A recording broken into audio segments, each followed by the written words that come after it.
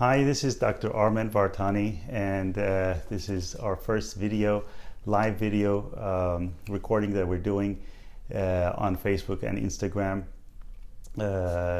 where I am going to talk about an interesting case that I've had in the past week, or an interesting event that happened in the office, and share that with our Facebook and Instagram viewers. First of all, I want to wish everyone a Happy New Year. Also today, January 5th, corresponds to the Armenian Christmas, which is also the Christmas for other Orthodox Christians. So Merry Christmas to everyone. The sort of case of the week that I have selected for this video is a rhinoplasty or nose surgery that I did a couple of weeks ago, which was particularly challenging, and I was very happy with the way it went, and I'd just like to share that with you. The rhinoplasty, as you may know, is the hardest operation for a plastic surgeon to master. It's known as probably the hardest operation to teach or to learn, and it takes years of doing it, to really get comfortable with it. And the case that I had was a rhinoplasty case, and it was a crooked nose, which makes it even harder. This was a young person who had broken her nose several years ago, and her nose was really crooked, and in addition to that, she had difficulty breathing through the nose, generally correcting a crooked nose, you can never get it 100% straight. And I always tell patients that your nose will be straighter, but it will never be 100% straight, as opposed to, compared to other noses where they're not crooked. In this case, I had to both correct the internal part where it was obstructing the breathing, and correct the external part, which made her nose look crooked. And I chose what's called the open approach to do that, which I do in difficult cases. And the difference between open and closed is that the open approach gives the surgeon a direct look at the structures of the nose. Closed is when all the incisions are on the inside of the nose, and there is a limited view of the nose and less of a ability to modify the structures of the nose. So in this case, I first approached the septum of the nose, which was crooked, totally was to one side, to the right side. And in doing that, while I was doing that, I took some cartilage that I was going to use in the rhinoplasty part, and then I did the open approach.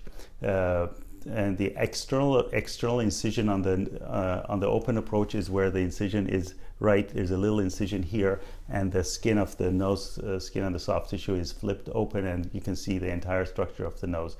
So when I exposed that, and I had to put the cartilage, define the broken part. The cartilage was split in half. I could clearly see where it was broken. I recreated the fracture. It was totally in two pieces. Then I put the septum on one side and sutured it very carefully, and that gave me a stable structure, a straight structure. And then I used the rest of the cartilage that I had to fix the asymmetries on the tip of the nose.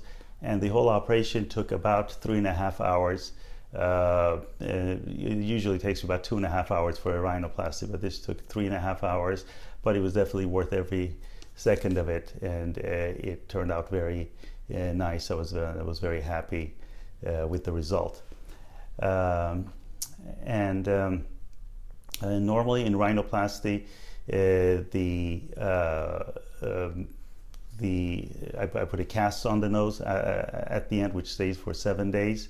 And if it's an open approach, then there's stitches on the outside that also come out about 7 days later.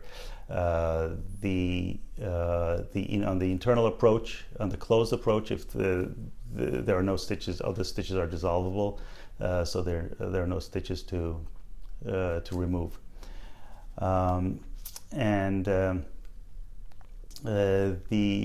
Most people, before considering rhinoplasty, want to know how long the operation takes, how long the recovery takes, and how much does it hurt. What I can tell you is that it doesn't hurt that much. It's a relatively painless recovery with rhinoplasty. There's swelling and there's bruising. Recovery is about 10 days. The social downtime, in other words, how long it takes for the bruising to go away, is about 10 days. So patients take time off from their work or school for about 10 days. Most of people who do rhinoplasty are school or college aged kids, so they do the procedure when they're on school break, either winter break or summer break, and that's why in December we always have a very busy period of rhinoplasties. In fact, this past December I operated 12 days in a row, doing 3 noses every day, because everyone wanted their rhinoplasty in that in the period before, at the beginning of their break. I don't use packing inside the nose, so in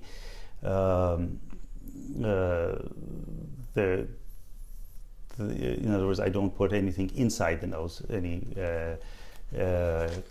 cotton or packing inside the nose. So the only thing that has to come off is 1 week later is the splint, and if there are stitches. And another thing that people always ask me is, what age is the soonest they can do the surgery? And it's 16 for girls and 17 for guys. So that's why the earliest date falls, even the earliest time people do it is usually in their junior year in high school, or any time after that. Also, I wanted to mention that during these live video casts that we're going to do once a week, our viewers, if you're watching it live, you can ask questions, and if or comments, and if those if I can, I will answer those while the video is going on. Other than that, the other thing I was going to also mention, as far as the recovery of the rhinoplasty, is the swelling that occurs on the nose after the splint comes off, or that occurs on the nose, but it's visible after the splint comes off. So when the splint comes off, the nose looks very swollen, and usually the first 2 weeks after that, it's people don't like the appearance of the nose from the front, because it's so swollen. From the profile, the swelling doesn't play much of a role. But the complete period of time for the swelling to resolve is about a year, but most of it goes away in the first month or two. And as far as exercise, I ask patients not to do anything that's going to increase the swelling for the first month. So about 4 weeks, I ask them not to do any exercise. But other than that, the recovery is pretty simple and painless.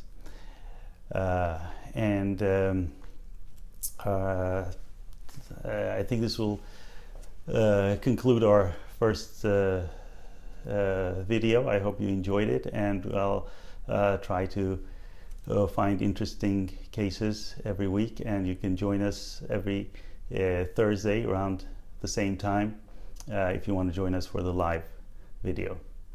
Thank you.